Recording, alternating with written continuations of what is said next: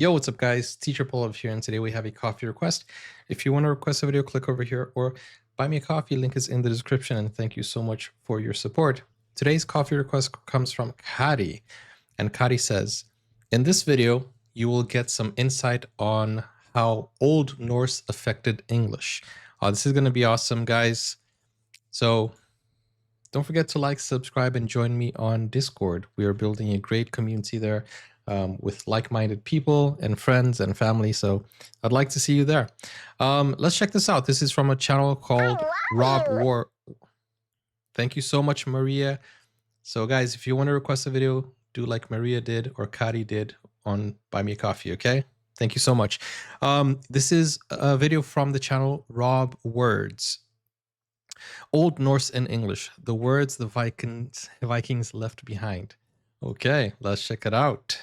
I guess the Vikings forgot these words and left it to the English. Let's go. Oh, doing this in a forest was a mistake. This is gonna be awesome. The Vikings. They may have been vicious invaders, but English wouldn't be English without them. They changed our language top to bottom. How come? Well, let me explain. Because they could. In this video, I'll tell you how the Vikings altered who we are, quite literally. I'll show you the words they left behind that enrich our language still. Words like sky and skull and skill. And the Norse names for places, people. That does sound Nordic. Skull, skill, sky. Doesn't it sound, if I say it like that, skill, skull, it sounds Nordic. And the Norse names for places, people, and everyday objects that remain in English to this day. Hear how we used to confuse our eggs for our eyes. Why the... Wait, what? How do you confuse your eggs? That's funny. How can you confuse your eggs for your eyes? That sounds so dirty. Confuse our eggs for our eyes. Why the Vikings complicated our clothing, and what role they're still playing in English gender politics. All that and loads more coming right up in another Rob Words. Now this video was made in collaboration with Rosetta Stone, the immersive language learning experience. I wanted to work with them because learning languages has enriched my life so deeply, and Rosetta Stone has helped new language today. I'm not sponsored by Rosetta Stone, so let me just skip that. But you guys go check out the Rob Words channels. So what have the Vikings got to do with the English language? Well as ransack our monasteries, assault our womenfolk, and steal our precious things, they changed the way that we speak. There are still around 1,000 words in English that are derived from the Scandinavian invaders' language, Old Norse, and that's just the ones that we're certain about. There are potentially many more. The problem is that Old Norse and Old English were so similar in some ways that we can't be sure which of the two languages gave us some of our modern words. You see, English is a Germanic language, and so are the Scandinavian languages. They're on different branches of the Germanic family tree, and nowadays an English speaker can't automatically understand someone speaking Danish.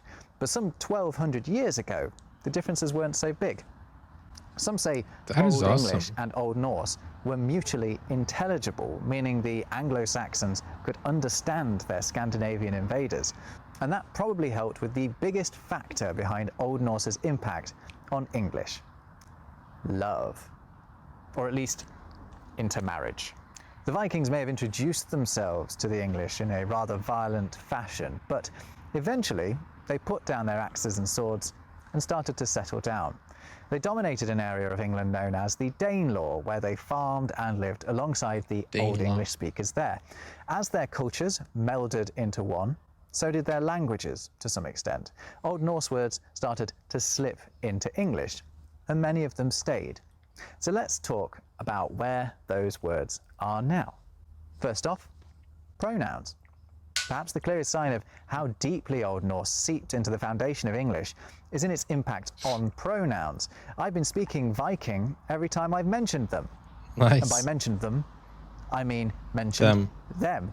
Because all the th pronouns, they, them, and their, come from Old Norse, and they began with our favourite old letter, thorn. Yeah. So we saw a video talking about that letter over there that had the TH sound. So it actually comes from Old Norse. Nice. And this is the letter that actually gives a lot of my students, a tongue twister, because it's hard for some of my students to pronounce you know, the TH sound, which this is the voiced TH. I wonder if they also had the unvoiced TH, the th sound.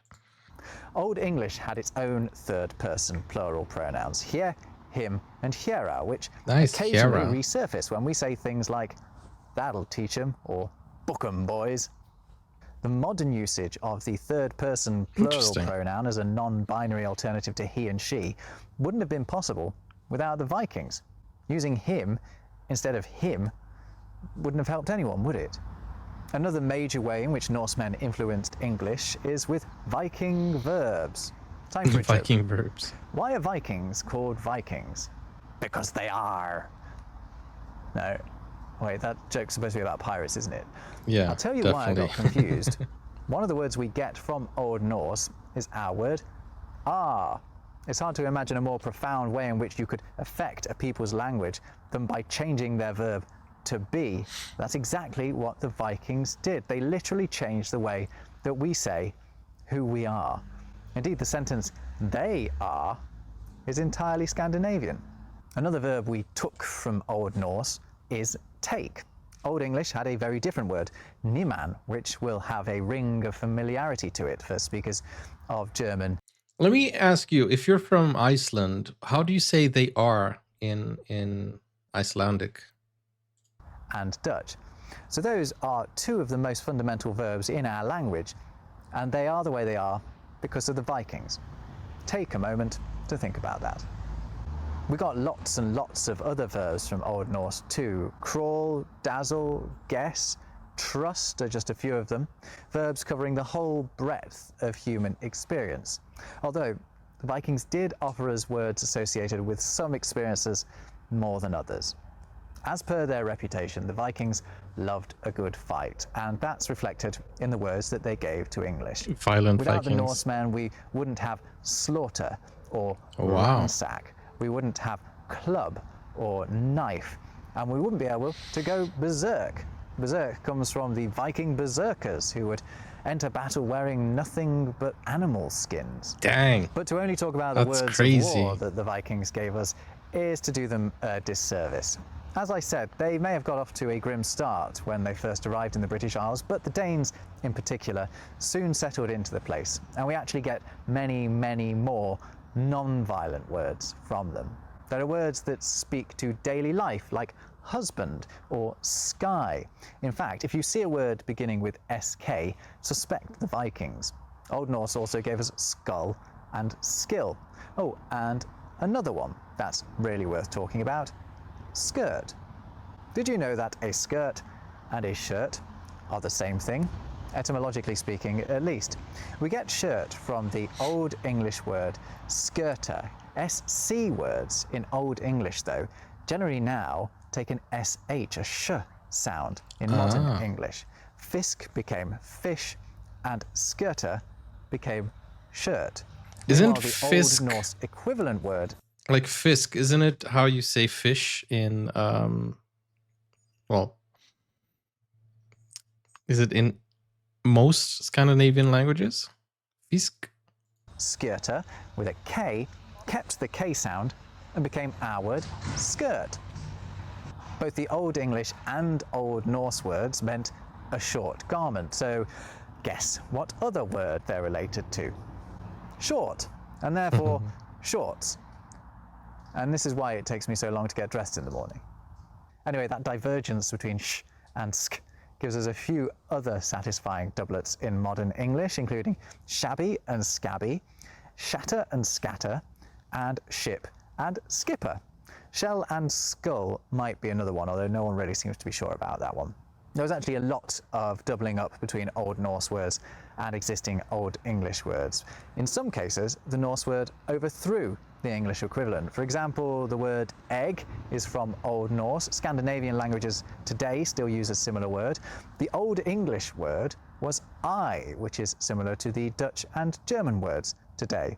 Egg eventually won the battle of the breakfast table, maybe because people were confusing their eyes with their eyes. Oh, that's what he means. But where some Old Norse words replaced Old English ones, others sat alongside their Old English equivalents. These words did what many words from Old French would do a few centuries later and took on different meanings to their Old English counterparts, enriching the language with nuance. That's why we have the words bathe and bask, ditch and dike, and shriek and screech.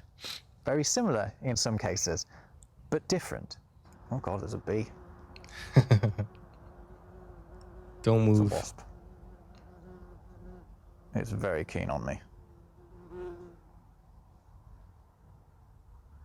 Another massive way in which the Vikings influenced English, and indeed England, is in place names. To know where the Danes settled in the British Isles, you only need to take a look at the road signs. It's thought there are still around 1,400 place names in central and northern England that are of Scandinavian origin. My hometown of Derby, smack bang in the middle, has one of them, as do the other places ending with by, which to the Danes meant farm or town. Ditto any place ending in thorp, Scandinavian for village, or places with thwaite in the name. That was Old Norse for an isolated bit of land. That is so interesting. York, which the Vikings called Jorvik, a lot of... See, let me just add a commentary here. See, like he and I, we are different types of teachers, right? So I am an English ESL teacher, so I teach people how to speak English, but he is more of like a historian, you know, like deep down on where things came from.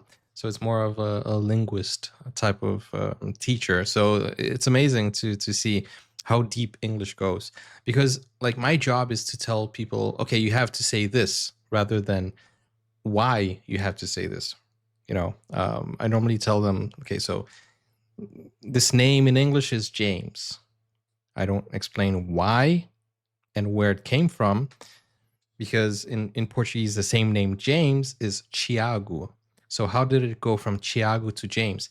That's not really my job to teach, but it would be his job to kind of figure out where the origin of that came from. And that is an amazing thing. And even I am very, very interested in these type of breakdowns and, you know, going back in time and seeing where this came from and how English became what it is today. Of the streets have the suffix gate, which is Old Norse for street. This actually gets really confusing because York also has a lot of gates in its old city walls, but those gates are called bars. And then it gets even more confusing because York famously has a lot of bars too. So I used to drink and those are called pubs. In a bar when I lived there for university next to Micklegate Bar, which is actually Big Street Gate. There are still parts of England where most of the places have a Viking name. That's because they were in the Danelaw. But the Danes weren't the only Vikings to make their mark in the British Isles. Norwegian Vikings were regularly raiding parts of Scotland and leaving their traces in many Scottish place names. Places including the word wick, for example, such as Wick itself and Lerwick, in are Danish? Scandinavian in origin, coming from the Old Norse word for bay. Whiskey lovers might be interested to know that Jura in the Hebrides gets its name from the Scandinavian for animal island. And there are just many more. You can also get an idea of where the Vikings settled from the words that are used in those areas. A lot of dialect words, so words not used anywhere else, from northern England and western Scotland are left over from the locals' encounters with Old Norse. And you can tell because some of these words are remarkably similar to modern Scandinavian terms. In part of the northeast of England today, you could come across the sentence, Bairns lek in beck. Oh God, I wish I hadn't done the accent, sorry. That means children play in the stream, which in modern Swedish is that, and is pronounced like that. Barn leker I bäcken. See how similar they are? Once a Viking, always a Viking. No, Now, wait. we've talked about place names Let me go back. Let's listen to that again. like that. Barn leker i bäcken. See how similar they are? Once a Viking, Okay, yeah, pretty similar. modern Swedish is that, and it's pronounced like that. Barn leker i bäcken. See how similar they are? Nice, Once yeah. a Viking, always a Viking. Now, we've talked about place names. Let's talk about people's names. So what sort of a mark did the Vikings leave on what we call ourselves? Well, if your name ends with son, then you can bet you've got some Norse heritage somewhere. It's a trace of the Scandinavian patronymic naming convention of formulating a surname by taking your dad's name, his first name, and putting son on the end of it. They still do that, actually, in Iceland, where they also have dotter Jonsson. for daughters. Yes. I was waiting for a moment to pause because I remember somebody in the comments mentioned that son, and I asked, what about daughter? And it's dotter. But I've never seen dotter before, except for one person who requested a video that had the surname dotter. But yeah, Jonsson, obviously, it's very popular. With the son suffix, it's very popular, but the daughter, I've never seen any except for that one time.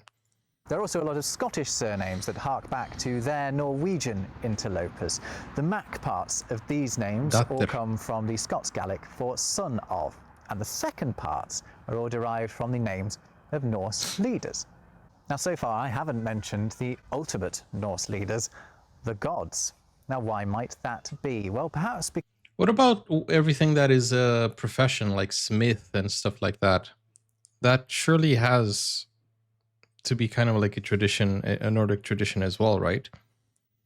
Or did they just continue? Okay, since we use son at the end, we're going to use smith as well and stuff like that. the intermarrying between the Vikings and Anglo-Saxons that played such a big role in the languages mixing only became possible once the invaders had converted to the same religion as their would-be wives, i.e. Christianity. But the Norse gods are not absent from English. In fact, we get a weekly reminder of them every Thursday, to be exact. Thor. Or should I say Thor's Day, because that's precisely who it's named after, the Norse god of war, Thor. Before the What about Vikings came Sunday? along, the Anglo-Saxons were calling it That's something else, right? Thorresdag, but the contraction to Thorresdag was most likely down to the influence of the Old Norse word Thorstagur. Nice. Tuesday, Wednesday, and Friday all also get their names from Germanic gods, but the Saxons, who gave us Old English, also had a history with those gods, so their names probably aren't down to the Vikings. They were kind of similar before the Norsemen came along. So there you have it. Oh, We thought he was going to talk about Monday and Sunday because that's the day of the moon and the day of the sun, right? Monday, moon day, Sunday, Sunday. Thought he was going to mention that as well, but I think that comes from another, maybe Greek. I don't know. are the way we are with the English language because of Old Norse. I hope you've enjoyed this long boat ride through Viking lexicology. If you have, please hit like and subscribe, and why not share this with one of your friends? Then check out another one of my videos. Leave your comments. Okay, that's great. That is awesome. That's a great video. Does anybody know where Monday and Sunday come from? Which gods or which belief it came from? Because I can't remember right now, but I know it comes from some... Yeah, it comes from moon and sun, but like who... Where did it get it from? Because it's not the Norse gods, is it? He didn't mention that. So, yeah, let me know in the comments, guys. This was a great video, Old Norse in English. We've seen how Old Norse is similar to Scandinavian languages on the other video. And this one is also nice. So it's from Latin.